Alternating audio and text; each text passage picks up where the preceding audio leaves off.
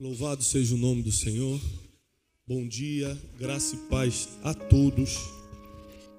A maioria das nossas dores como pastor não são necessárias. Existem dores que temos que passar, porque o amadurecimento, a maturidade ministerial, pastoral, vem através de dores. Não é só da prática, é da dor. Porque quando você supera uma traição, supera aquele cara que dividiu a igreja, quando você supera uma pessoa que você alimentou, tirou da rua, botou comida na mesa dele, depois ele sai mal, sai falando mal de você. Quando você passa por cima disso tudo, você conquista um nível de maturidade que a prática em si levaria anos para te ensinar. Um mês de dor vale por 10 anos de prática. O problema é que o ser humano, é claro, por instinto, foge da dor. A gente faz de tudo para não passar por um vale, para não passar por uma tempestade. A gente faz de tudo para fugir do único ambiente que não só nos amadurece, como também revela quem Deus é na nossa vida. Deus revelou o sobrenatural dele para os seus discípulos no meio de uma tempestade, no meio de uma transfiguração. É no meio de um lugar que você não imagina que Deus mostra como Ele é Pai para você. E você entende também a tua pequenez como filho, porque às vezes a gente, como ser humano, tem muita dificuldade de administrar autoridade e humildade ao mesmo tempo. Porque a vida pastoral traz autoridade sobre a vida de um homem. E como muitos de nós não fomos preparados para o poder, e a vida pastoral traz poder, traz autoridade, a gente perde um princípio importante que é a humildade. Então, às vezes, através da dor, Deus faz com que a gente recupere a rota que nos alinha com a vontade de Deus para o nosso ministério. Ou seja, você pode até alimentar algum tipo de orgulho, porque você não teve um diploma lá no mundo, mas na igreja você é chamado de bispo, de apóstolo, de teólogo, de alguma coisa, e aquilo infla você e a culpa não é sua. Que tudo aquilo que está dentro da igreja é o nosso mundo, a gente cria o nosso mundinho, e a gente acha que todas aquelas pessoas têm que estar submissas e são nossos devedores, e a gente começa, porque não lidou bem com a nossa dor, a também causar dores a outros. Isso é muito comum. Então, como eu sou frustrado, eu frustro a outros. Como eu sou ferido, eu firo os outros. E quando eu estou numa posição de autoridade, que é a posição que o pastoreio te dá autoridade, ponto final, te dá poder e ponto final. Muita gente tem clamado por avivamento, fala assim, vamos clamar por avivamento. Eu falei, querido, peraí, só um minuto. Você sabe o que o avivamento traz? O avivamento traz glória. Glória traz exposição. E a exposição é o maior ambiente de queda que existe.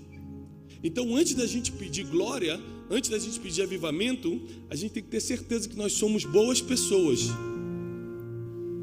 para estarmos afirmados que seremos bons líderes, bons pastores, e diante da exposição da glória não iremos cair. Então, antes de você pedir um avivamento, antes de você pedir algo tremendo de Deus na sua vida, você tem que estar certo que você é uma boa pessoa, que você superou suas dores, que você deixou as feridas para lá, que você aprendeu a viver em autoridade e em humildade ao mesmo tempo. É um desafio.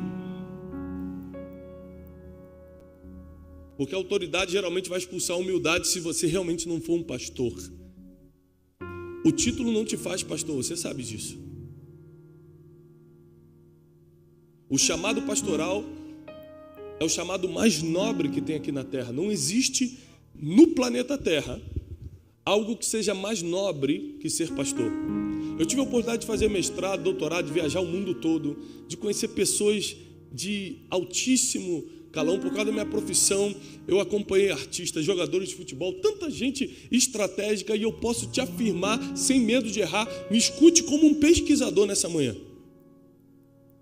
Eu posso te afirmar que não existe uma missão, um chamado mais nobre do que o pastor. Porque o pastor, além de cuidar da alma e da salvação de quem o escuta, de quem é apacentado por ele, ele também é tudo ao mesmo tempo: psicólogo, pai, ajudador, sociólogo, assistente social, pastor é tudo ao mesmo tempo. Você não vai encontrar uma profissão no mundo que consiga fazer o que o pastor faz. Se nós tirarmos a igreja da sociedade hoje, esquece a religião, vou falar só socialmente. Se a gente tira a igreja, a prostituição triplica, o tráfico de drogas quintuplica, 5 vezes mais. O hebraico está muito fluente, né, irmãos? Então, às vezes você vai falar, o hebraico quer vir e tu tem que segurar e confunde. Meu Deus.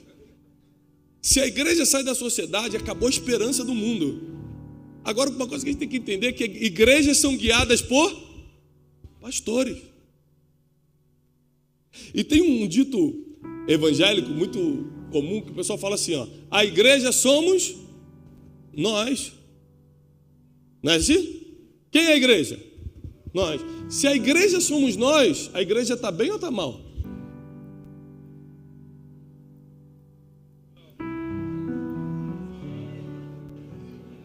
Porque muitos de nós estamos revoltados, feridos, endividados,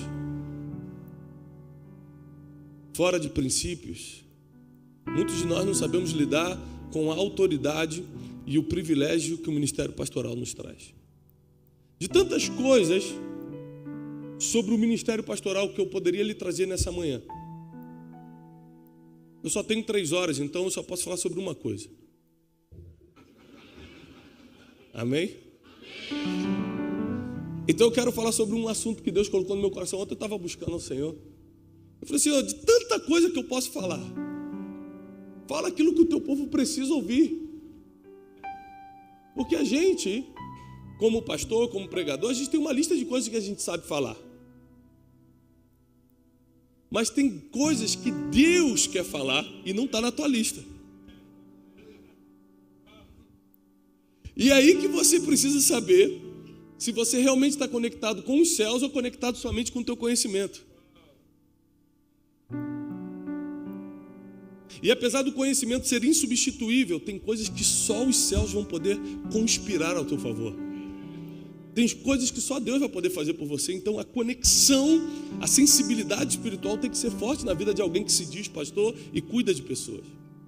Então Deus me deu 25 versículos para ler.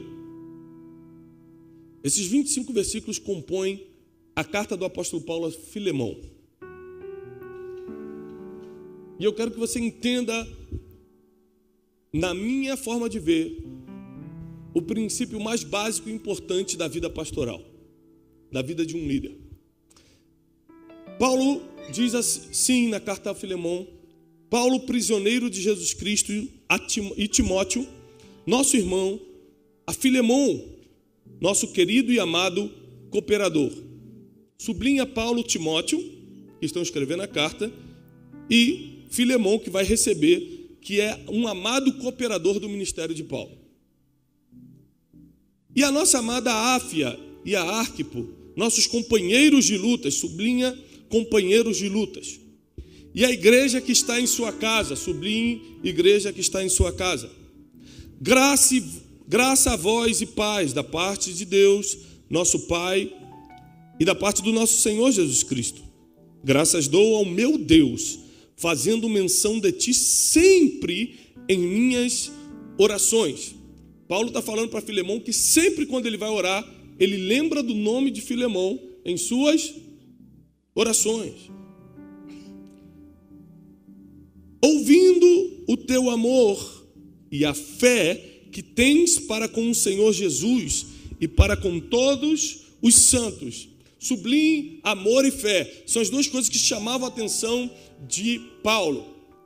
Filemão, na história, é um cooperador rico, bem-sucedido, da igreja de Colossos. E o apóstolo Paulo, é notável que hoje em dia pastor tem facilidade em lidar com pessoas bem-sucedidas. E muita gente, porque está ferida com o que fizeram no passado, não gosta de escutar falar de dinheiro, não gosta de ver o pastor andando com uma pessoa rica da igreja e falar que os pobres ele não anda, mas isso é porque você está ferido. Eu vou lhe explicar por quê. Porque é muito mais fácil andar com o rico do que com o pobre. Você vai entender. Por causa de alguns princípios básicos, como a honra, por exemplo. Eu fui pregar essa semana num lugar, um rapaz rico da região pediu, por favor, deixa eu buscá-lo. Por favor, pastor, deixa eu buscá-lo no aeroporto. Deixa eu buscá-lo. Cheguei, ele foi me buscar. A primeira coisa, ele falou, pastor, eu quero te levar para almoçar. O senhor mudou minha vida, a sua palavra e tal. Eu falei assim, mas o pobre às vezes não tem dinheiro para levar para almoçar. Mas também não pode vir te dar um abraço e falar o quanto você tem mudado a vida dele? O pai fala assim, esse pastor não vou abraçar não. Anda de avião, tem tal coisa. Isso que eu estou falando é pobre de cabeça, não é de bolso não. Porque a pobreza mais fácil de resolver é a do bolso. A da mente que é uma miséria para tirar. Mas é muito mais fácil, porque quem apoia o ministério, quem está do lado, são as pessoas às vezes bem-sucedidas que querem chegar, pastor, como é que eu posso te ajudar?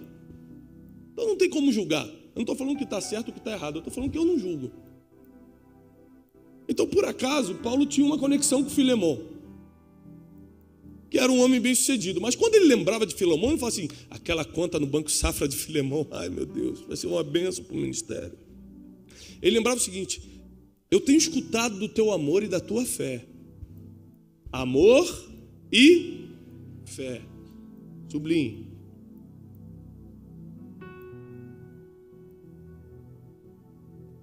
E para com todos os santos. Versículo 6. Para que a comunicação da tua fé seja eficaz no conhecimento de toda boa coisa que há em vós por Cristo Jesus. Porque nós temos grande alegria e consolação no teu amor. Porque por ti, ó meu irmão, as entranhas dos santos são revigoradas. Olha, no nosso linguajar carioca, apesar de eu morar em São Paulo, eu sou carioca, a gente fala assim, olha a moral que o apóstolo Paulo está dando para Filemão. Por causa de você, as entranhas dos santos são revigoradas. Ele está botando Filemão lá em cima, mas é porque vai vir uma pancadinha agora. O Dr. Augusto Cury chama isso, é uma técnica emocional. O Dr. Augusto Cury fala o seguinte em quase todos os seus livros. Você nunca pode chamar a atenção de uma pessoa sem primeiro abrir a mente dela com elogios. Isso é psiquiatria. Porque quando você critica uma pessoa, a mente dela se fecha no mecanismo chamado circuito fechado da memória. E não importa mais o que você fala, ela não está mais te escutando, porque a ebulição de sentimentos dentro dela faz com que ela fale, o que esse cara está pensando que é? Como é que ele fala isso para mim? E ela já não está mais escutando nada. Então como é que você prepara uma pessoa para a crítica? Querido, você é uma benção. Douglas, você prega muito. Essa barba está bem aparada. Já essa jaqueta vermelha, meu filho, temos que conversar sobre isso. Eu sei que o irmão é da liberdade, mente aberta. Mas aí você vem com a crítica agora. Entendeu? Mas primeiro eu falei que a barba estava bonita. E Paulo começa a botar Filemão lá em cima para usar o que hoje a psicologia chama de técnica. Mas desde os tempos antigos da Bíblia, Jesus já treinava seus apóstolos para fazer. Porque a ciência nunca vai revelar alguma coisa que a Bíblia já não tenha falado antes. Nunca. E diz o seguinte, versículo 8, pelo que ainda que seja muito corajoso em Cristo, para te mandar o que é conveniente. Contudo, por amor peço-te, sendo eu tal como sou, Paulo, o velho, e agora também prisioneiro de Cristo. Peço-te por meu filho Onésimo, que gerei nas minhas prisões. Onésimo, um antigo servo escravo de Filemão, que saiu de forma feia do relacionamento com Filemão. Conhece Paulo em Roma. Paulo treina ele, discipula ele, ganha ele. E agora vai devolvê-lo para Filemão. Isso aqui dentro das nossas igrejas é quase impossível. Porque o tema de hoje, o tema da nossa palavra hoje é como lidar com pessoas. É o maior desafio do pastor. O pastor tem que ser especialista em duas coisas: em pessoas e em problemas. São as suas duas especialidades: lidar com gente e lidar com problemas. Se você sabe lidar com essas duas coisas, o resto Deus faz. Milagre é com Deus, sobrenatural é com Deus, cura é com Deus, você só precisa ter fé. Agora, partindo de você, partindo de dentro de você, você vai ter que aprender a lidar com pessoas e aprender a lidar com problemas. Se você aprender essas duas coisas, já prepara para prosperar. A maioria das vezes você ficou sem dormir foi porque alguém da igreja te feriu. Foi porque um pastor abriu uma igreja do lado. Foi porque algum outro líder mandou uma indireta na internet. Foi porque alguém copiou um projeto seu. Sempre tem a ver com pessoas. Sempre tem a ver com pessoas. A gente não sabe lidar com isso. E aí Paulo vai se meter agora numa confusão entre pessoas. Fala o seguinte: agora que eu já te elogiei, agora que eu preparei seu coração, agora que você sabe que você é importante para os santos, agora que você sabe que pessoas são alimentadas através de ti, Filemão, eu te peço. Eu podia te pedir qualquer outra coisa. Paulo está falando o seguinte: eu vou gastar um cartucho que eu tenho contigo. Sabe isso que a gente fala de, poxa, eu não posso gastar esse cartucho agora. Eu posso falar com ele, eu posso falar com ela, mas eu vou deixar isso para uma próxima oportunidade, porque vai vir um pedido melhor, eu peço para o pastor Manguba. Eu sei que se eu pedir uma oferta de 1 milhão para o pastor Manguba, ele me dá. Amém? Quem crê? Ele crê, ele recebeu. Amém? A câmera filma, por favor, essa cena, para ficar... Mas só que é o seguinte, ele pode me dar isso uma vez. E às vezes eu estou fazendo uma obra na igreja, falo, pô, pastor Manguba, me ajuda aí. Ele vai até me ajudar, mas é só dessa vez. Mas eu esqueço que daqui a 2 anos eu vou estar num outro nível de desafio, que aí sim essa oferta seria necessária, mas eu gastei meu pedido lá atrás. Então queimar cartucho é algo muito delicado. E Paulo está literalmente gastando um cartucho. Ele fala o seguinte: eu posso te pedir qualquer coisa, porque eu sei que você vai fazer por mim. Mas o que eu quero te pedir mesmo é que você receba Onésimo. Porque presta atenção, pastor nunca gasta cartucho a seu próprio benefício. Toda vez que você vê alguém gastar cartucho para se beneficiar, não é um pastor. O pastor dá a vida pelas ovelhas. O pastor fala assim: você podia fazer para mim, mas faz por Onésimo. Meu Deus. Eu cresci vendo meu pai, que é comandante dos fuzileiros navais, que era pastor de uma igreja pequena no Rio de Janeiro, abrir mão de várias coisas para ele, para poder ajudar os outros. Eu cansei de ver meu pai sair 3, 4 horas da manhã para ajudar alguém, para visitar o hospital. Eu vim de uma boa escola. Eu vim de uma escola em que a igreja não era grande, não era próspera, mas a gente realmente tinha um pastor. Ninguém que passou pela comunidade de Vila Cosme chamava a igreja pode dizer que não teve um pastor. Essa escola me ensinou algumas coisas e o livro de Filemão me alinha com isso. Paulo vai gastar o seu cartucho para ajudar alguém que ele estava discipulando, coisa que às vezes a gente não quer fazer, sabe por quê? Porque às vezes quem mais a gente discipula, quem mais a gente ajuda é quem vai enfiar a faca nas costas. E deixa eu te dar uma notícia, e vai mesmo. Se você não souber lidar com traição, se você não tiver acostumado com a dor, você não nasceu para ser pastor. Mas por que você sente a dor ainda? Porque você não entregou realmente a sua vida para o ministério.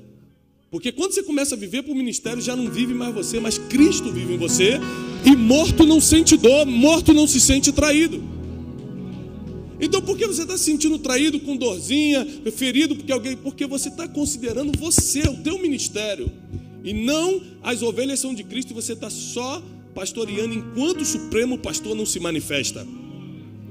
Porque quando o Supremo Pastor se manifestar, aí você vai receber a inacessível coroa de glória. Não pegue a sua coroa das ovelhas agora, porque o Supremo Pastor tem a coroa reservada para você. Segura!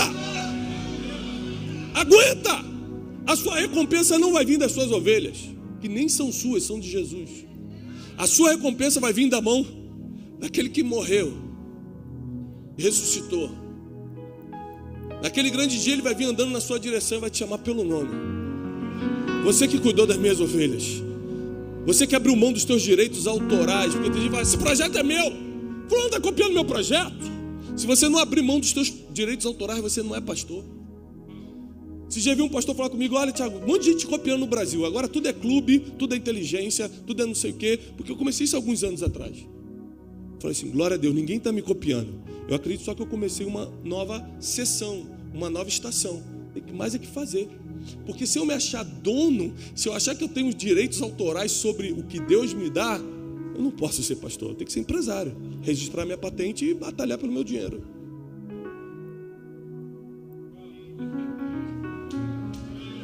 Pastor dá vida pelas ovelhas.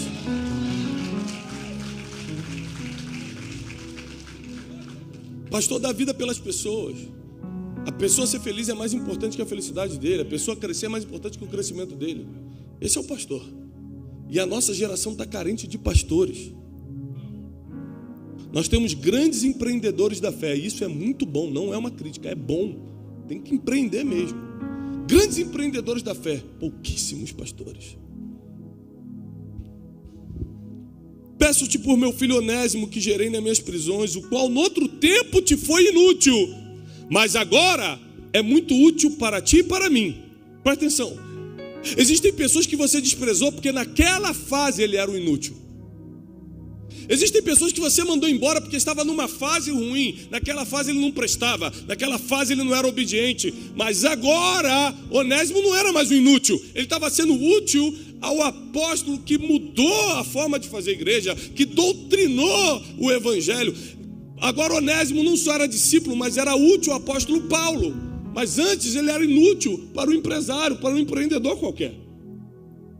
Tem pessoas que são inúteis na tua mão, mas na mão de outros serão úteis. Então você tem que aprender a deixar ir. Vai ficar pior aqui a carta, porque... Calma aí, olha só. Deixa eu ler para você ver como vai piorar bastante essa situação. Meu Deus. Outro tempo ele te foi inútil, mas agora ele é útil a ti e a mim. E eu te enviarei novamente. Tu, portanto, torna a recebê-lo como as minhas próprias entranhas, como se fosse a mim. Eu bem o quisera reter comigo, para que por ti me servisse nas prisões do evangelho. Mas sem o teu parecer, Paulo, o apóstolo, vai pedir o parecer de um membro. Vai pedir o parecer de alguém. Porque ele deve obediência? Não. Porque ele sabe que relacionamentos são delicados. Ele sabe que Filemão podia falar: agora está lá com a minha ovelha, está lá com o meu escravo, nem me ligou. E pior, fere teus filhos. Teus filhos às vezes não querem mais servir a Deus, porque dentro da tua casa você ficou só falando mal de todo mundo. Ninguém deu oferta hoje, ninguém fez nada, não é possível. E aquele pastor que está me copiando, botou o mesmo letreiro que eu. E os filhos ficam escutando essa vida toda. Então isso que é o evangelho. Então isso que é servir a Deus, é reclamar o tempo todo, é ser ferido o tempo todo, é carregar essa cruz que ninguém consegue carregar. Não é isso que eu quero para mim não. Você é empresário, você é cientista, você é médico, menos pastor.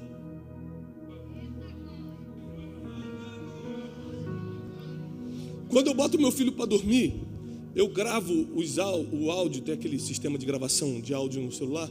Meu filho tem 5 anos, José. E quando eu estou em casa, eu adoro botar ele para dormir, porque ele começa a puxar alguns assuntos muito engraçados. A gente começa a conversar com a luz apagada até ele dormir. E eu tenho um áudio gravado aqui antes de ontem. Eu gravo muito esses áudios para ir escutando no avião. Eu viajo muito, então estou sempre escutando os áudios dos meus filhos. E nessa conversa antes de ontem, eu falei assim: filho, qual é a coisa que você mais ama no mundo? Ele está numa fase de futebol, a Copa do Mundo, ele só fala de Neymar, Cristiano Ronaldo, ele está nisso, negócio de videogame, compra camisa para mim, pai do Brasil, ele está naquela fase de menino e tal. Eu falei: qual é a coisa que você mais ama no mundo? Ele falou: pai, eu gosto de muitas coisas, eu vou gravar esse áudio para sempre, enquanto der, mas o que eu mais amo é te ver pregar. 5 anos. Porque na minha casa, e eu não sou perfeito, mas na minha casa a gente fala do evangelho, a gente não fala dos problemas do evangelho. Na minha casa a gente fala do amor de Cristo e não do ódio das pessoas. Na minha casa a gente ensina a palavra de Deus e não as pessoas que estão feridas usando a palavra para seu benefício próprio. Às vezes a gente perde mais tempo falando do pastor que está fazendo errado dentro de casa, com a nossa esposa, com nossos filhos ouvindo, criando um modelo mental de negatividade na mente deles, do que ensinar o evangelho puro e verdadeiro para a nossa própria família através dos nossos exemplos.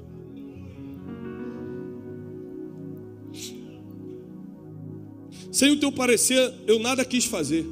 Ele vai fazer isso porque ele vai consultar Filemão, porque ele sabe que é delicado o relacionamento. O cara estava na minha igreja, depois vai para a igreja do pastor Josué. Ainda mais se for um bom dizimista, aí eu fico com raiva do pastor Josué para sempre. E aí o pastor Josué recebeu o cara. Como é que ele não me ligou, rapaz? Esse cara saiu daqui dando problema, como é que ele não me liga? É assim ou não é? Sim ou não, pessoal? Que susto. Pensei que as 3 gerações de pastores da minha casa tinha acontecido diferente. Como é que esse cara recebe o cara saiu daqui dando problema? Aí vai lá na outra igreja e começa a ser uma benção. Você fala assim, que é isso? Nessa igreja pode tudo mesmo.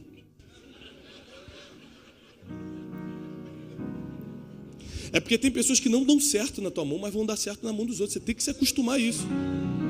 Mas tem pessoas que não vão dar certo lá, só vão dar certo aqui também na tua mão. Então fica tranquilo. Às vezes pela tua proximidade, pela tua forma de liderar, é difícil que tal pessoa com aquele temperamento, com aquela vida espiritual, com aquela fraqueza se dê bem contigo. Às vezes você não tem paciência para cuidar daquela fraqueza, então Deus vai mandá-lo para outro pastor. Aliás, você tem que lembrar que as ovelhas não são tuas, são de Jesus. E às vezes Deus fala assim, essa ovelha deixa que ele cuida, que ele tem mais experiência nessa área. E vai te mandar outras. E você está reclamando, vai embora, traidor. Deus, não, filho, estou te dando livramento, fica tranquilo, eu quero te dar descanso. Eu quero te dar paz, você não pediu de paz? Tem uns 4 que eu estou indicando para ir para a família de Bar da Graça lá em... Vai ser uma bênção na sua vida, pastor José. Receba-os com muito amor. Peço que receba como se fosse a mim. É como uma carta. Vou te escrever a carta a Filemão, vou escrever a Josué. Olha só, sem o teu parecer, nada quis fazer para que o teu benefício não fosse como por necessidade, mas voluntário. Porque bem pode ser que ele tenha se apartado de ti por algum tempo, para que agora o recebesses para sempre. Tem pessoas que Deus vai tirar da tua convivência por um tempo, para ser treinado por um apóstolo Paulo da vida. Porque você não teria condições de treiná-lo como o apóstolo Paulo treina, principalmente pelo teu envolvimento emocional com a pessoa. Filemão era patrão, era chefe, era empreendedor, e Onésimo era um escravo. É muito provável que ele não iria discipulá-lo com o amor e com a fé que Paulo fez.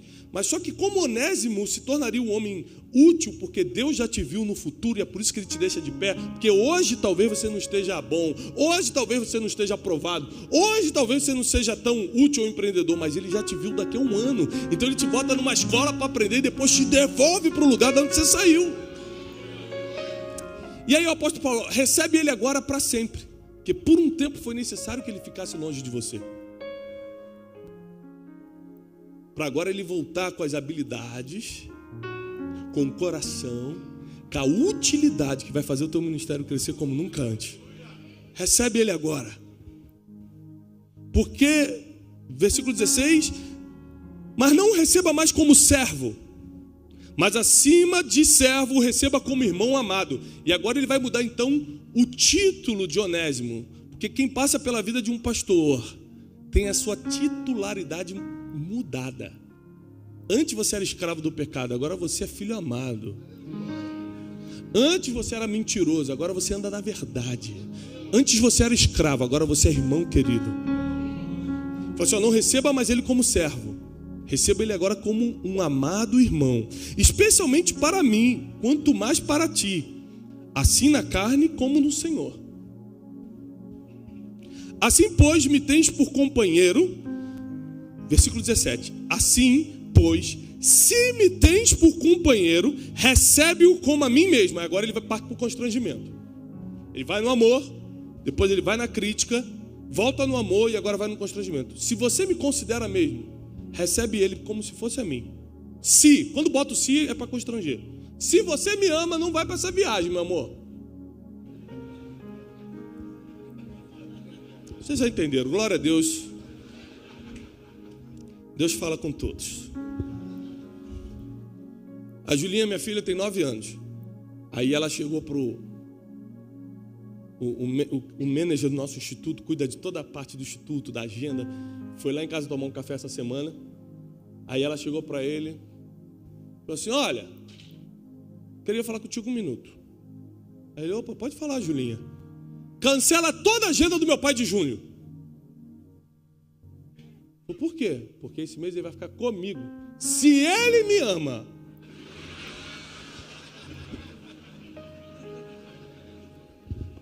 É muito forte, Brasil.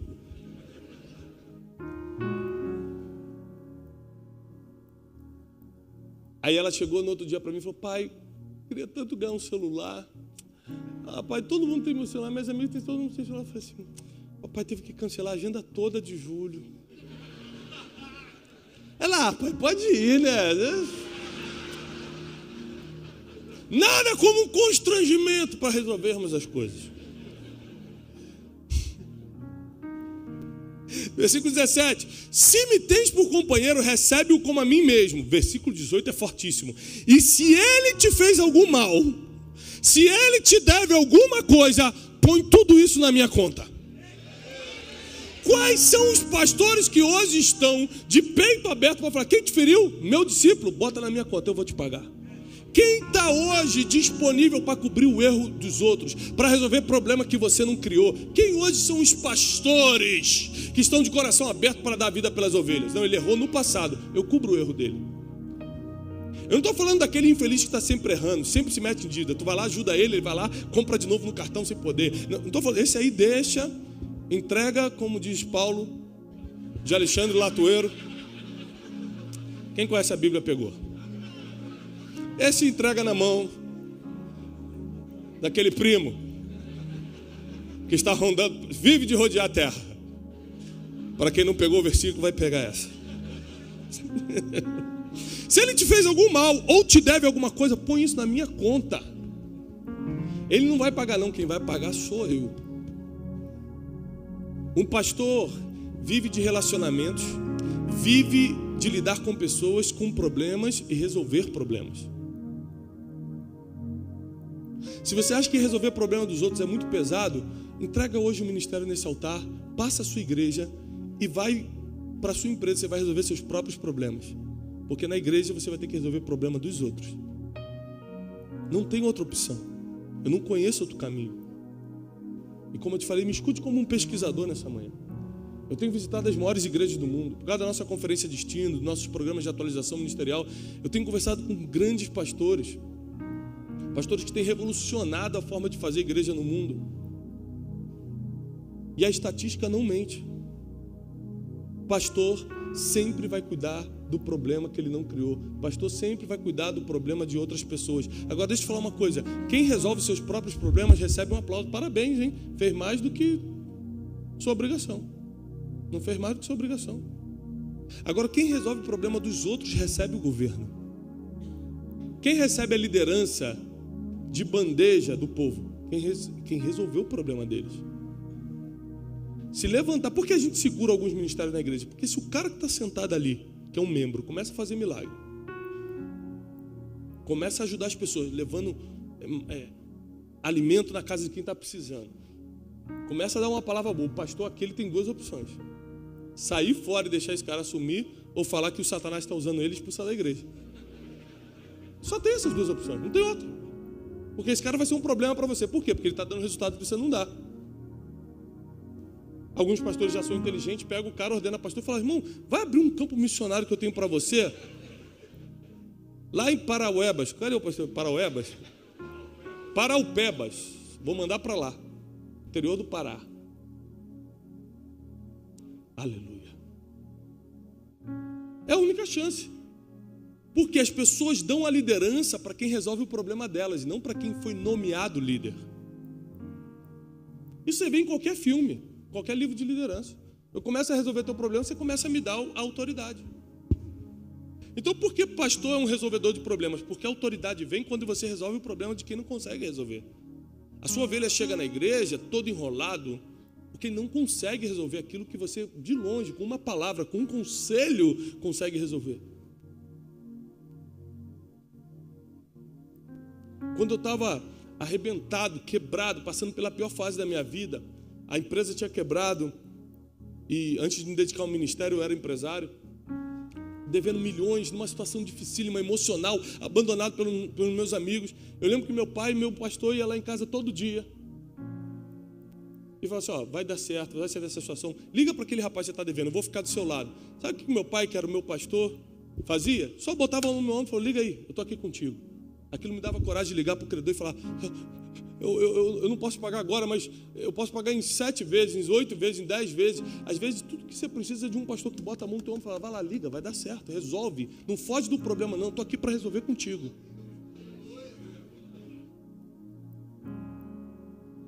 E às vezes a gente é mais fraco do que o membro, porque ele não foi no domingo de ceia, você fala, também não vou mais atender o WhatsApp dele.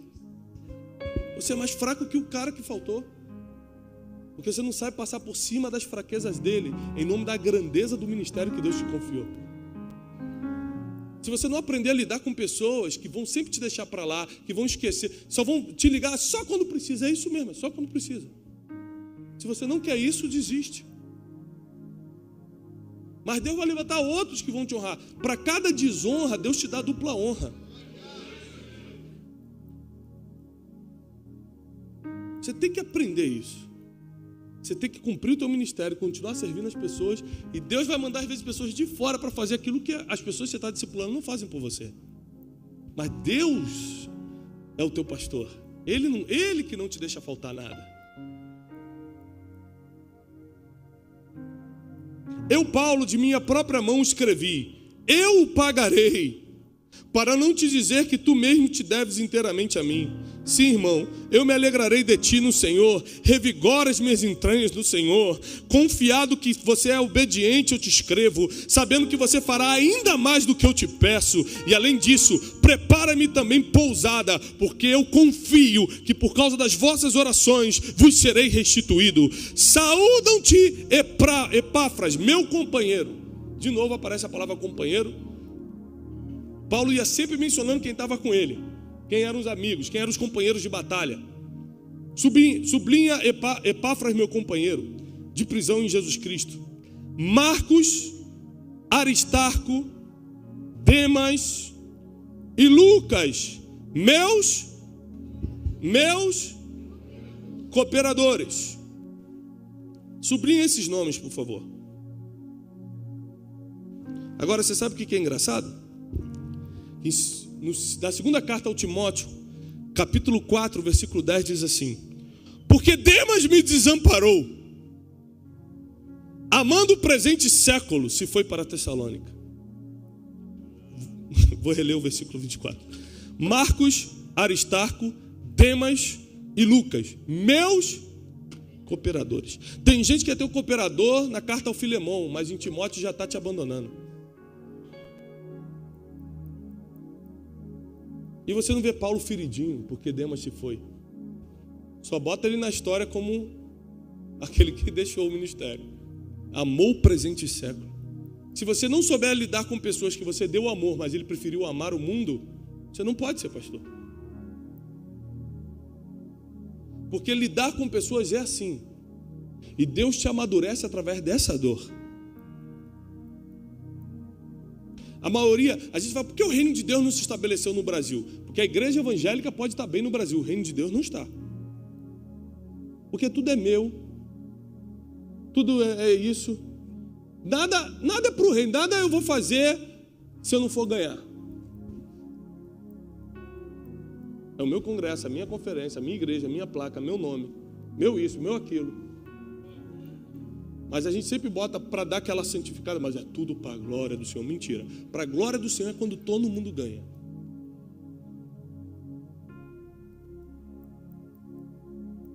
Para a glória do Senhor é quando todo mundo é abençoado.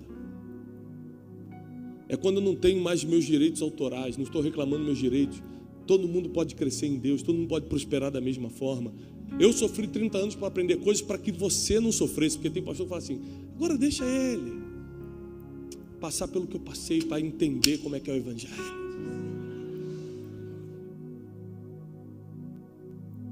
Tudo que Deus te permitiu sofrer foi para que teus liderados nunca passassem por isso. Toda a dor que você passou foi para que a tua família nunca precisasse passar por isso. Todas as dores ministeriais que você teve é para que todos os teus amigos, cooperadores no evangelho não passem por isso. Pastor é a raça mais difícil de fazer amigos que tem. A gente escutou um grande pastor estrangeiro esses dias, e ele falou para o meu pai o seguinte: toda vez que um pastor te ligar, saiba que não é por amizade, ele vai te pedir alguma coisa.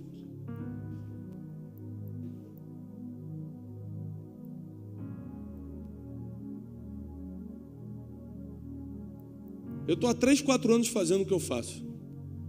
Sabe quantas ligações eu recebi para perguntar se eu estava bem, se minha família está bem, se meu casamento está bem, se meus filhos estão com saúde. Sabe quanta gente já me chamou para pregar na igreja e perguntou se eu estava com saúde para ir? Quase nenhuma. O pessoal quando liga é porque vai pedir. Estou falando de pastores. A gente não sabe ser amigo, porque a gente está ferido. A gente não sabe dar vida pela ovelha, vai dar vida por outro pastor que a gente vê como concorrente. Quem perde com isso é o reino de Deus aqui na terra. A gente não consegue fortalecer um ao outro. A gente não consegue ser amigo um do outro. A gente não consegue entender que essa ovelha vai dar certo na tua mão e não na minha, por mais que a tua igreja esteja na esquina. Eu tenho alguns amigos, como eu falei, não são todos, porque eu tenho alguns amigos ministeriais que me ligam, claro. E esses dias, 2 horas da manhã, meu telefone tocou. Era um amigo meu, pastor de uma grande igreja. Pô, Thiago, não aguento mais esse negócio de ministério, não. Pô, meu amigo de louvor saiu, foi para a igreja aqui do bairro. E não sei o que. Eu falei, e aí, pastor, qual o problema? Ah, pô, eu formei o cara. Agora o outro vai pegar a mamatinha, tudo pronto. Eu falei, pastor, é assim. Deus te usou para preparar ele, como Paulo preparou a Onésimo para Filemão agora desfrutar do filé, assim.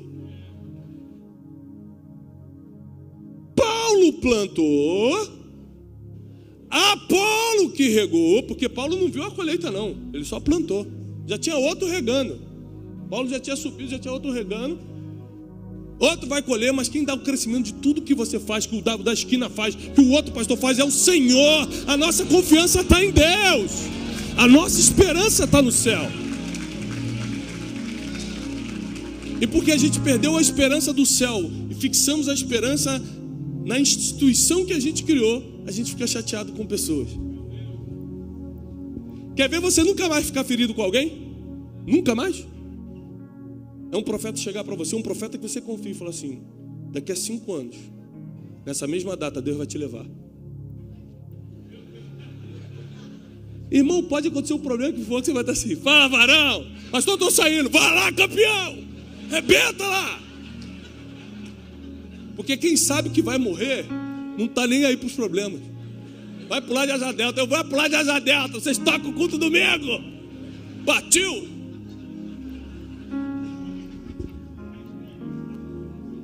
Hashtag partiu. Engraçado que com a gente é pior, porque a gente não sabe quando vai morrer. A gente pode morrer amanhã. E vivemos uma vida com dores desnecessárias. Levamos problemas para casa que não precisávamos levar. Destratamos pessoas que só estavam numa fase que eram inúteis, mas depois seriam úteis.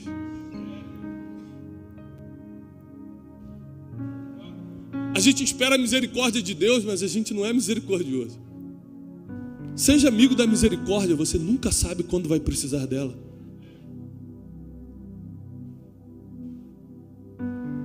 Tem gente que não tem misericórdia com aquele membro que errou 3 vezes, mas esquece que você no passado errou mais de 30. Se você não souber lidar com a fragilidade do ser humano, você não está habilitado ainda para ser um pastor. O ser humano vai sempre nos ferir, vai sempre deixar a gente de lado. Mas a nossa recompensa não vem do ser humano. E é isso que você precisa sair daqui entendendo. A recompensa de Paulo não ia vir de Filemão, ou de Onésimo, ou de Timóteo. Ele sabia para onde estava indo, ele sabia onde é que estava a recompensa dele, ele sabia onde é que estava escondido os tesouros, ele sabia onde estava a coroa. Quando você sabe quem vai te recompensar, o que o homem faz ou deixa de fazer não te atrai ou não te decepciona. Tem gente que se sente honrado porque ganhou uma grande oferta. E essa pessoa que fica honrada porque ganhou uma grande oferta, é mesmo fica decepcionada quando alguém não dá nada. Por quê? Porque a esperança nele está no que o homem pode dar. Uma vez eu tinha um desafio muito grande, pastor Josué. Eu fui pregar domingo numa grande igreja do Brasil, talvez uma das maiores igrejas. E segundo, eu tinha um desafio muito grande da Casa de Destino para cobrir financeiro. E aí eu cometi aquele pecado básico, que provavelmente você já cometeu. Glória a Deus. Deus é fiel, me botou nessa igreja domingo, que aí o pastor vai me dar aquela oferta abençoada, o material vai vender, e segundo eu vou cobrir esse compromisso. Irmão, foi um dia de chuva, um dia estranho, o estande ficou mal posicionado, não vendemos nada. O pastor no final falou: Deus te abençoe, muito obrigado por ter vindo pregar na nossa igreja. Quando o pastor me dispensou sem oferta naquele dia, coisa que é rara acontecer, geralmente, graças a Deus o Brasil disso está treinado. Escutou, pastor José? Sabem honrar.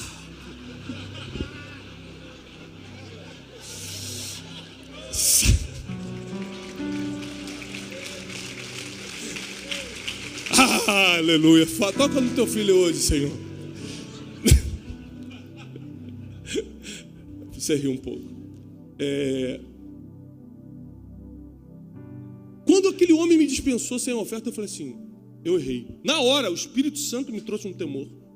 Eu falei, nossa, eu vou ter minha confiança no que ele podia me dar, por isso que não veio. Na hora eu me arrependi e falei, Senhor, isso não vai mais acontecer. E ao mesmo tempo veio uma alegria, porque eu falei assim, e essa conta vai estar paga amanhã.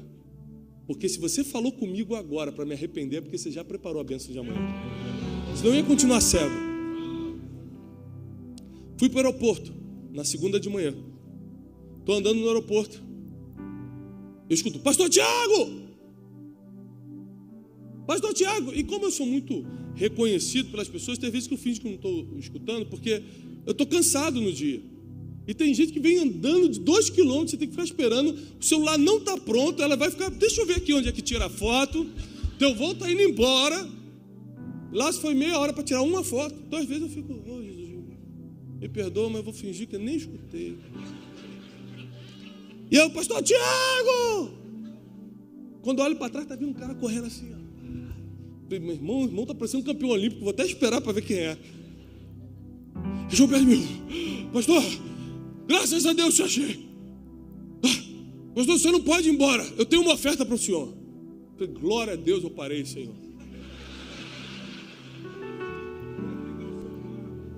Falei, vamos tirar essa foto, varão. Vai ser forte, vou até posar assim, vou fazer.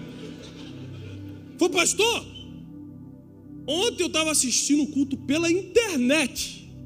Ele não estava no local que eu estava pregando. Deus falou comigo, mas Deus me pegou. Aí minha esposa confirmou, viu? Porque para isso Deus colocou a esposa na nossa vida, para botar o dedo na cara, viu? Eu te falei! Amém. Quem é casado pegou na profundidade essa palavra. Já entendeu tudo. E aí minha esposa confirmou, falou, viu? Ele falou assim, então Deus me mandou abrir o cofre. Quando ele falou isso, eu fiquei todo arrepiado. Eu falei, meu Deus, Deus está nesse aeroporto. Deus mandou abrir o cofre. E Deus falou o seguinte, olha, vai lá suprir meu servo. Porque ontem ele não foi suprido. Ele me trouxe uma oferta em dinheiro, que eu falei, será que eu posso entrar no avião com esse dinheiro? Eu não sabia, por causa da quantidade. E aí eu passei naquele negócio de filmar, assim, é Jesus. Senhor, tu sabes que eu não estou fazendo nada de errado, Senhor. O homem que me desse oferta, pelo amor de Deus.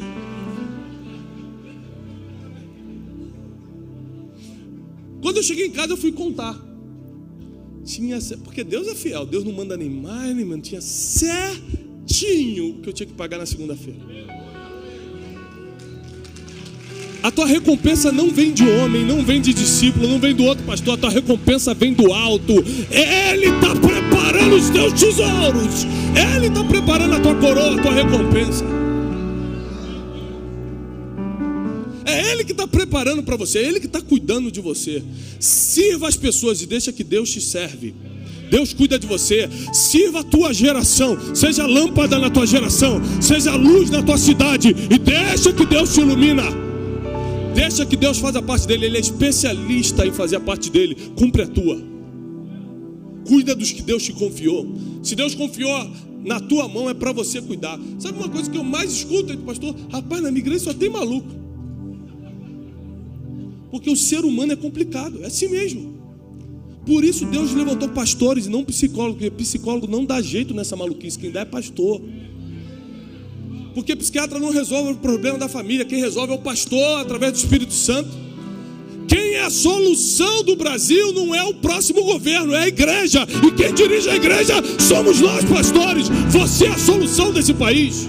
Se você parar, o Brasil para. Se a tua igreja diminuir, o Brasil retrocede. Você não pode parar, tua igreja não pode parar, teu ministério não pode parar, porque você é a esperança dessa nação e você vai começar a lidar com pessoas e com problemas como nunca lidou antes. Deus vai te fortalecer, o Espírito Santo vai te ensinar. Seja sensível, humilde para aprender, para receber, porque Ele vai te levantar.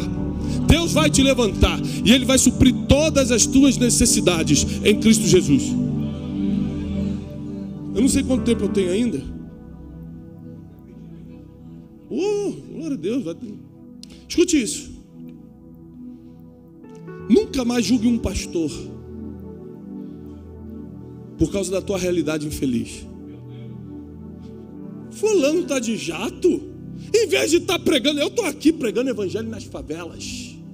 Aí você acha que é mais especial porque ele está no jato e você está na favela?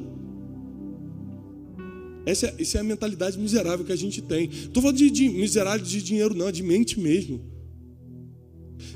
Quando a Bíblia diz que Deus vai suprir todas as nossas necessidades em Cristo Jesus, para alguns a necessidade é o avião. Porque você só está naquela favela, ele está de cidade em cidade. E ele precisa às vezes voltar para casa e dormir com a família, como você também gosta de dormir com a família. Como o teu projeto é pequeno, a tua provisão é pequena. Porque Deus sempre vai mandar provisão do tamanho do teu projeto. O que determina a grandeza de um ministério? O tamanho do projeto que ele botou diante de Deus. Então tem gente que falou, Deus, eu quero estar de cidade em cidade pregando o evangelho. Deus vai lá e dá um jato para ele. Aí você vai lá e vai julgar, podia estar alimentando os pobres, podia não. Quem foi chamado para alimentar pobre é você, ele foi chamado para estar de cidade em cidade. Cada um tem seu chamado e a gente não pode julgar o outro, ponto. A gente tem que parar com essa mentalidade do julgamento, tudo isso é falta de relacionamento. A gente não consegue se relacionar com quem está, entre aspas, se dando melhor. A gente acha que está se dando melhor porque os resultados naturais são diferentes, mas a nossa recompensa não é... Gente, é muito profundo. Você não mede se a pessoa está bem ou mal aqui. Às vezes ela está bem aparentemente porque esse é o caminho que Deus deu para ela para conquistar mais coisas para o reino. E na tua mão talvez não daria certo. Por quê? Porque Deus só dá aquilo que a gente pode administrar. Tem gente que se ganhar um pouco mais já fecha a igreja. Fala, para que eu estou com isso aqui aberto, gente? E fecha e vai viver a vida. Existe uma pesquisa que a gente está levantando para a Conferência Destino desse ano, pastor José, que 72% dos pastores fechariam a igreja se tivesse outra fonte de renda. 72% dos pastores fechariam suas igrejas se tivessem outra fonte de renda. Isso quer dizer que 28% dos pastores estão trabalhando pelo ministério. Com dinheiro ou sem dinheiro eu estou aqui. Deus me chamou para isso. Os outros são interesseiros? Não. É a necessidade, ele não sabe fazer outra coisa. Quando a gente tirar a venda do julgamento dos nossos olhos, a gente vai começar a olhar com misericórdia até para aquele que erra mais. Não é porque necessariamente ele é um interesseiro ou está fazendo por dinheiro. É porque a única coisa que ele sabe fazer, é a forma que ele sabe alimentar a família. Se ele fechar a igreja, ele não tem para onde ir. Então, em vez de nós reclamarmos, qual é a solução que nós vamos dar? Às vezes, tua igreja podia ter um centro de treinamento para líderes. Esse dia um pastor grande do Brasil me chamou e falou assim, olha, você tem que ter cuidado, você está mentoreando muita gente. Eu falei assim, olha, mas eu só estou fazendo o que não estão fazendo. Se o senhor começar a fazer, outra pessoa começar a fazer, eu posso parar. Porque você sempre vai incomodar quando estiver fazendo algo que Deus mandou você fazer, mas não pediu para outros. Porque o problema do ser humano, o problema dos relacionamentos são os graus comparativos. Por que ele tem ou não tem? Por que ele anda de tal coisa ou não anda? Porque Deus deu para ele e não deu para mim. E a gente começa a ferir os relacionamentos e quebrar todos os princípios que Paulo nos ensinou aqui em Filemão. Você é meu companheiro. Não, tudo bem, volta lá para Filemão. Eu te treinei, mas não sou eu que vou colher o fruto desse treinamento. Que vai colher Filemão, volta para lá. A gente não aprendeu a se doar, como diz a Bíblia. A gente não aprendeu a dar outra face, como diz a Bíblia. A gente está levando o sermão da montanha na brincadeira. E o Evangelho de Cristo só vai ter efeito no país quando você começar a levar as palavras de Jesus a sério. Tudo que Jesus falou foi muito sério. E às vezes você acredita mais no que o professor da faculdade te ensinou, e está até hoje fazendo o que o professor te ensinou, mas não faz o que a Bíblia, as palavras de Jesus te ensinaram. Se alguém te ferir numa face, por mais que tenha sido um discípulo que te Custou trabalho, dá outra. Aquele que não abandonar pai, mãe, filhos por causa de mim, não é digno de mim. Esse dia eu sentei com meus filhos e expliquei a importância da gente entender que o que a gente desfruta hoje é a permissão de Deus. Se Deus nos pedir outra coisa, a gente vai ter que deixar tudo para trás para seguir a palavra de Deus. Se você não inculcar nos teus filhos que você vive para o reino de Deus e não para a instituição que você criou evangélica, eles vão sempre depender da instituição que vai pagar o salário deles no futuro, mas não do reino dos céus. E a instituição é muito boa, porque é uma das formas naturais de se manifestar o reino, mas é uma das formas. A igreja é a porta do céu. Mas você pode entrar numa casa pela janela? Se você abrir a janela, você consegue entrar? Claro. Pode entrar para uma casa pelo teto? Sim ou não, pessoal?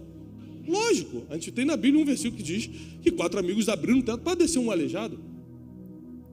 Agora, o que é mais fácil? Entrar pelo teto ou entrar pela porta? Ou seja, você pode conhecer Jesus e ser salvo sem entrar numa igreja. Você pode estar numa Cracolândia, drogado, o Espírito Santo se revelar a você e você se converter e ir para o céu, sim ou não? Sim, mas nas estatísticas, o que acontece mais? O que é mais fácil, se converter dentro de uma igreja ou na Cracolândia drogado? Dentro de uma igreja. Então presta atenção, a igreja não é a única forma, mas é a porta. É a maneira mais fácil das pessoas aceitarem Jesus e irem para o céu. É a maneira mais fácil das pessoas conhecerem a Deus e terem um relacionamento com Ele. Então, se a igreja é a porta, por que a gente não está investindo tudo que tem na porta do céu na terra que é a igreja? Porque a gente não acredita que ela é a facilitadora do evangelho aqui. A gente está vendo ela como uma instituição e não como a porta do céu. Mas isso também é por causa da nossa falta de relacionamento. Tudo vai voltar para pessoas. A gente está ferido com pessoas. Quando você fala, eu não acredito mais na igreja, não é na igreja que você não acredita naquele líder que te feriu. É pessoas. Igreja é parede, não te fere. Igreja é instituição, é parede, não te fere. O mercado pet shop, no meio de tanta crise, foi o único mercado que não deixou de crescer, porque as pessoas estão confiando mais em cachorros do que em pessoas. Isso é estatística. Por quê? O cachorro não te fere. Vem cá, dog, Bob. Aí ele vem, fica ali. Se fosse uma pessoa, ia querer te contar a vida dela, contar o que está sentindo, eu só quero ver televisão. É difícil lidar com pessoas. Mas se você é pastor, não tem outro caminho. Deus vai te treinar para lidar com pessoas e com os problemas delas. E eu quero profetizar sobre a tua vida. Quanto mais problema você resolver, mais autoridade Deus vai te dar. Quanto mais problema você resolver, mais unção Ele vai te dar. Quanto mais problema você resolver, mais Ele vai te levantar nesse país. Quanto mais problema você resolver das pessoas, mais como líder você será reconhecido por elas. Então prepare-se, porque a partir de hoje você é um solucionador expert de problemas. Você é uma pessoa que sabe lidar com outra pessoa, que entende as fraquezas, a fragilidade, que tem empatia, que se coloca no lugar da outra pessoa, entende porque ela fez o que está fazendo, por mais que seja errado. Você nunca vai poder entender o adulto que a pessoa é se não escutar a criança que ela foi. Pessoas que foram abusadas na infância, que não tiveram um pai, como é que ela vai ter o mesmo nível de obediência que você tem se você foi criado dentro da igreja com pai e com mãe? O outro foi abusado sexualmente aos 5 anos de idade, cresceu na rua. Você quer que ele tenha o mesmo nível que você? Deixa de ser injusto, deixa de ser sem misericórdia. Entenda a vida das pessoas. Quando a Bíblia diz que não julgueis para não ser julgado, não é porque Deus queria colocar regra, é porque é impossível julgar alguém. Você nunca vai entender a vida de uma pessoa sem escutar o início e o fim. É impossível julgar. Deus te trouxe aqui nessa manhã porque Ele tem algo para fazer na tua vida e no teu ministério. Ele quer restaurar as coisas. Ele quer que você libere perdão para quem tem que liberar. Quer que você entenda que por um tempo você treinou aquela pessoa, agora vai ser bênção em outro lugar, e Deus vai mandar outras que já vão vir treinadas. Deus nunca vai deixar você perder alguma coisa se Ele não for restituir bem melhor para você, coisas bem maiores. Bem maiores. Deus tem um plano na tua vida. E apesar disso ser um jargão evangélico, continua sendo verdade. Deixa eu te falar uma coisa. Não é porque abusaram da verdade que ela deixa de ser verdade. Muita gente não quer falar de dinheiro na igreja porque abusaram de como se tirar dízimos e ofertas na igreja. Mas não é porque abusaram disso que isso deixa de ser verdade. Continua valendo como princípio. Não deixa que o abuso de alguns fira os princípios que você tem. Não deixe que o erro de pessoas manipule a sua forma de pensar sobre elas. A nossa recompensa nunca virá dessas pessoas. A nossa recompensa vem do céu. Escuta uma coisa, tem coisas que você está fazendo aqui na terra que ninguém vai ver, mas os céus estão registrando. Os céus estão registrando, e quando o céu registra, ele começa a conspirar ao teu favor. Quando os céus registram, ele começa a conspirar ao teu favor, porque eles estão vendo coisas que você está fazendo e ninguém está fazendo. Quando os fariseus chegavam nas sinagogas, gostavam de sentar na frente, das praças públicas gostavam de fazer oração longas, Jesus fala assim, fiquem tranquilos, eles já receberam a recompensa. A recompensa é uma só. Você pode receber aqui na terra, não é pecado, mas já recebeu. Mas você também pode abrir mão da recompensa aqui e pegar lá em cima, que é eterno. Às vezes nós parecemos crianças. Sabe como é que minha filha age quando vai no shopping? Pai, eu quero essa boneca, pai, eu quero essa boneca. Eu falo, filha, não. A gente não está juntando dinheiro para ir de férias no final do ano para Disney? Estamos. Então, você prefere essa boneca agora ou ir para Disney daqui a alguns meses? A boneca agora. Porque criança é assim, ela não sabe esperar o melhor, ela quer agora, o desejo de agora. Às vezes a gente parece criança. Deus falou, calma aí, eu vou te dar uma recompensa eterna. Ah não, eu quero o carrinho agora. Eu quero a igreja cheia agora. Não, mas eu vou te dar uma coroa no céu. Não, eu quero que... A gente é criança. A gente quer agora. Enquanto Deus está falando, não, agora é hora de trabalho, agora é hora de plantar, agora é hora de dar vida pelos outros. A tua recompensa está lá na frente e eu vou te entregar. Eu mesmo, nas minhas mãos te entregarei. Vai chegar num dia que o inimigo vai tentar vir contra você e te acusar. Vai chegar um dia que o inimigo vai tentar vir cobrar uma dívida de você. Falar, não, você mentiu, você me deve. E Jesus... figurativamente, na carta do apóstolo Paulo, a Filemão, Jesus vai ser como Paulo, vai se colocar na frente do devedor e falar assim, eu pago essa dívida, bota na minha conta, eu te dou um cheque que eu emiti há 2000 anos atrás, com letras de sangue, está tudo pago, ele não deve mais nada a ninguém, eu paguei a dívida dele, eu paguei a dívida dela. A sua dívida já está paga, não importa como foi seu passado, o que importa é o que você vai fazer a partir de hoje. Quando sair daqui dessa conferência no teu ministério, nunca mais as coisas serão iguais, nunca mais ficará do tamanho que está. Deus vai te levantar de uma forma que você não imagina, que você não espera. Você tem que se preparar para viver o melhor de Deus, você tem que se preparar para viver uma etapa de crescimento sobrenatural em tudo que Ele confiou na tua mão para fazer. A Bíblia diz, tudo que Deus confiar na tua mão para fazer, faça conforme as tuas forças. Vai no limite da tua força. Até quando eu tenho que ir? No limite da minha força, conforme a minha força. Se eu tenho força, ainda eu faço. Se eu estou respirando, eu ainda continuo caminhando. Mas está difícil, vai conforme as tuas forças. Vai conforme as tuas forças. Continua caminhando. Mas estou me ferindo, continua caminhando. Mas estou me elogiando que eu estou indo bem. Continua caminhando, nem crítica nem elogio pode te parar. Continua caminhando, vai em frente, não para. Tua recompensa está lá no final da corrida. Continua correndo, não se distraia no meio da corrida. Quem se distrai perde posição na corrida. Não se distraia com nada, continua andando. As pessoas vão continuar te ferindo, continua andando. As pessoas vão continuar falando mal quando você fizer tudo certo ou errado. As pessoas sempre vão criticar você fazendo tudo bem ou tudo mal. Continua andando. Não pare por causa de pessoas, porque você foi chamado por Deus para cuidar dessas pessoas. E porque eu sou pai, e porque meu filho é um neném, porque eu tenho habilidade para cuidar de quem não sabe fazer, não sabe trocar a própria fralda. Já pensou se eu ficasse, essa criança não sabe nem trocar a fralda? Que coisa! Tem que ficar limpando todo dia. Com o filho a gente não faz isso porque a gente entende que ele não tem habilidade para fazer sozinho. Com os discípulos a gente quer que ele faça o que a gente faz há 30 anos. É um bebê na fé. Está começando. Mas a gente quer cobrar que ele seja o melhor. Sem a gente nunca ter trocado fralda durante anos. Esses dias eu fiz conta com a minha esposa.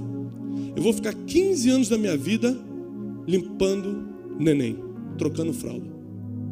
5 anos eu fiz com a Júlia. 5 anos eu fiz com o José. Desfraldou, mas até hoje, quando ele vai no banheiro, pai, acabei. E agora nasceu o Joaquim, são mais 5 anos, 15 anos. Sabe quando eu vou subir nesse altar e falar assim, aí ó, tá aqui meu filho, acabou a faculdade, mas também 5 anos levando ele no banheiro, trocando a fralda. Sabe quando a gente faz isso? Nunca. Porque quem fez por amor nem lembra do que fez. Nem foi pesado. Se você não está no ministério por amor, você sempre vai reclamar das fraldas que trocou. Se você não está cuidando deles como filho, você sempre vai ficar anotando, dei uma mamada, sexta-feira, sábado eu levei no parque, tudo é uma obrigação, e você anota para cobrar depois. Mas no amor a gente não consegue cobrar, porque a gente nem lembra do que fez, nem foi pesado para a gente. Deus está te restituindo um amor pelas pessoas nessa manhã, para que você possa avançar num nível sobrenatural como você nunca imaginou. Deus está elevando o nível da sua autoridade espiritual, da sua autoridade no mundo espiritual, para que quando você falar, o povo comece a entender, a escutar. Se você acha que já fez muito, prepare-se que os teus melhores dias ainda estão por vir.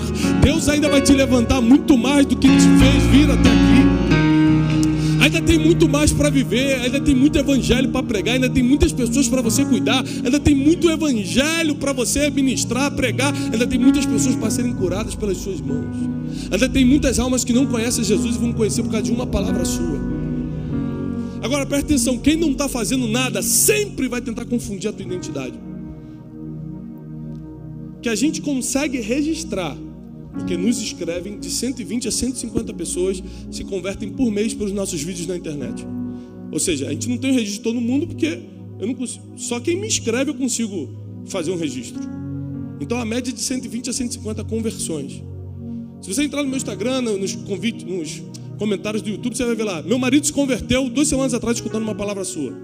Meu filho estava nas drogas, escutou no celular uma palavra, o áudio, se converteu.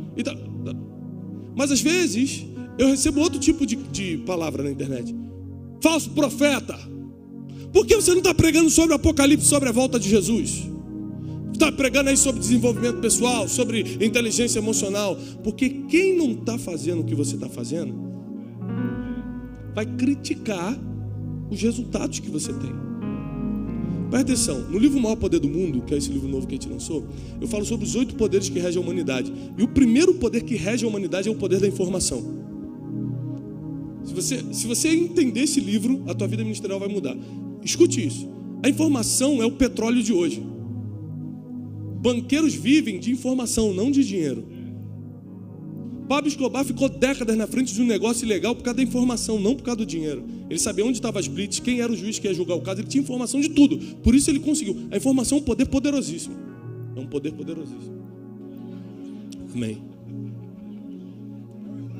É o hebraico, está vindo, o aramaico. É porque é o seguinte, eu fui alfabetizado em aramaico, né? Então, escute. Quando Deus tomou uma decisão no céu, de destruir a terra, ele chegou à conclusão e falou assim, vou destruir a terra, pronto. Decisões que são tomadas no céu não são compartilhadas com pessoas que estão na terra. Mas a Bíblia diz, pode atender, irmão, a gente para. Mas a Bíblia diz que Deus passou os olhos sobre a terra e achou graça em Noé. Aí quando Deus acha graça em alguém, ele é capaz de compartilhar segredos que foram compartilhados no trono. Quando Deus acha graça em alguém aqui na terra, ele compartilha decisões que ele tomou no céu com gente que está aqui na terra. Ele chama Noé e fala o seguinte, Noé, eu vou destruir toda a terra, prepara uma arca. E Noé começou a construir uma arca numa época que não chovia, e todo mundo começou a zombar dele. Maluco, o cara está há anos fazendo isso. Porque quem não tem a informação que você tem, vai zombar do que você está fazendo.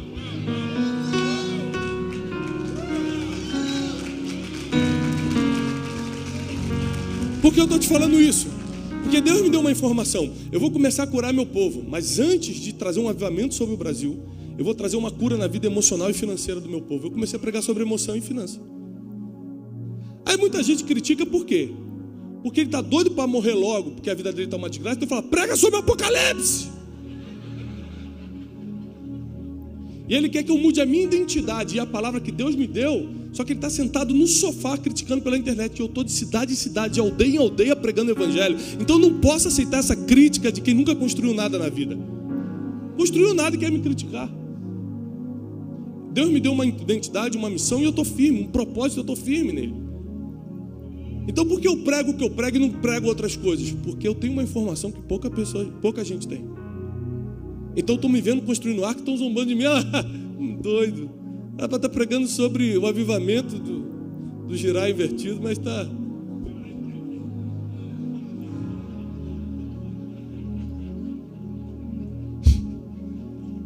Porque não tem informação que você tem. Quando a morte veio sobre a terra através do dilúvio, só quem tinha informação se livrou. Porque quem tem informação se livra da morte, sai na frente, prospera, passa para um próximo nível. Sobre o que Paulo escreveu para Filemão, encerra aqui, nesse livro a gente fala sobre o poder dos relacionamentos, o poder da tua networking. A maioria das coisas que aconteceu na vida de grandes homens de Deus foi por causa dos contatos que eles tinham. José, quando estava na prisão, em vez de estar murmurando, que nem às vezes você murmura quando está num lugar que não era para estar, fazendo o que não queria fazer, José, em vez de estar, eu estou aqui injustiçado, Deus me prometeu, não cumpriu, era para eu estar governando, eu estou preso. Em vez de ele estar reclamando, ele estava fazendo contato, trocando WhatsApp com o copeiro. Me dá teu WhatsApp aqui. Ele estava aumentando a networking dele. Tem gente que perde tanto tempo reclamando da vida e do ministério que não tem tempo de fazer amizade. Mas deixa eu te falar uma coisa. Às vezes você está reclamando do tamanho da sua igreja, do lugar que ela está, você está reclamando do que está fazendo, do ministério que Deus te colocou hoje. Mas José também estava num lugar que ele não merecia estar. José estava fazendo algo que ele não queria fazer. José estava preso injustamente. Mas tem lugares que você não merece estar, não era para estar, mas quem vai soprar o teu nome diante dos palácios está lá dentro, então Deus vai te deixar lá por um tempo. Então José ficou um tempo na prisão para conhecer quem iria soprar o nome dele no ouvido de Faraó. E se você no tempo difícil não está fazendo as amizades certas, ninguém fala do teu nome. Nesse livro eu falo, no capítulo de networking, de contatos, eu falo o seguinte, de relacionamentos. Relacionamento verdadeiro não é ter um monte de contato no teu WhatsApp. É ter amigos que têm coragem de citar o teu nome diante de pessoas estratégicas. Porque quando você está diante de pessoas estratégicas, você tem pouco tempo para falar. E naquele pouco tempo você fala, você já conhece o Douglas? Aí realmente ele é meu contato, eu sou contato. Somos amigos, temos um relacionamento. Eu tive coragem, no meio de tantas pessoas, em pouco tempo, citar o Douglas. Foi o que aconteceu com o copeiro. Você tem José. Existem poderes que estão disponíveis aqui na terra. E nenhum deles você compra com dinheiro. Porque tudo que o dinheiro pode comprar é barato. O que o dinheiro não compra é realmente caro. O dinheiro pode comprar o melhor colchão, mas não paga o seu sono. O dinheiro pode comprar uma mega festa de casamento, mas não garante a longevidade do mesmo. O dinheiro é muito limitado. Mas tudo que você quiser ser ou ter, você vai ter que investir a moeda mais valiosa do tempo que eu falo nesse livro, que é o tempo. A moeda mais valiosa do mundo, que é o tempo. Todas as coisas poderosas aqui na terra você vai comprar com tempo. Quer ver? A fé vem pelo... Ouvir custa dinheiro ou custa tempo? Tempo. Você compra a fé com tempo. Se alguém... Tiago capítulo 1, versículo 5. Se alguém precisa de sabedoria, peça a... que ele vai dar liberalmente. Pedir a Deus custa dinheiro ou custa tempo? Orar. Tempo. Sabedoria se compra com tempo, fé se compra com tempo. Amor. Quero casar. Eu vou casar porque eu tenho 1 milhão e ela vai se impressionar comigo ou porque gerou um amor entre nós? Amor. O amor se compra com tempo. Então todas as coisas, todos os poderes que regem a humanidade, você vai ter que direcionar a moeda mais valiosa do mundo, que é o seu tempo. Seus relacionamentos. Se você tem amigos por causa do dinheiro ou do ministério que tem, você não tem amigos, você tem sanguessugas. Amigo vem com tempo investido. E não por causa de algo natural que você tem. Então esse livro vai te ajudar, vai destravar a tua mente, vai te colocar em outro nível. E antes de orar por você, quero só avisar isso, que a gente vai estar lá fora com os livros, O Maior Poder do Mundo. E os outros livros também, Dinheiro Emocional, 12 Dias para Atualizar a Sua Vida. Mas uma das funções que Deus me deu na terra foi treinar essa geração através de livros. E graças a Deus, pela misericórdia de Deus, nós temos sido bem-sucedidos. Nos últimos 18 meses, a gente tem estado na lista dos mais vendidos do país. E eu recebi alguns prêmios do ano passado para cá, e um deles dizia o seguinte, estou falando prêmios de livrarias, Saraiva, grandes editores, dizendo o seguinte: antigamente o Brasil lia gurus e bruxos, agora está lendo pastor.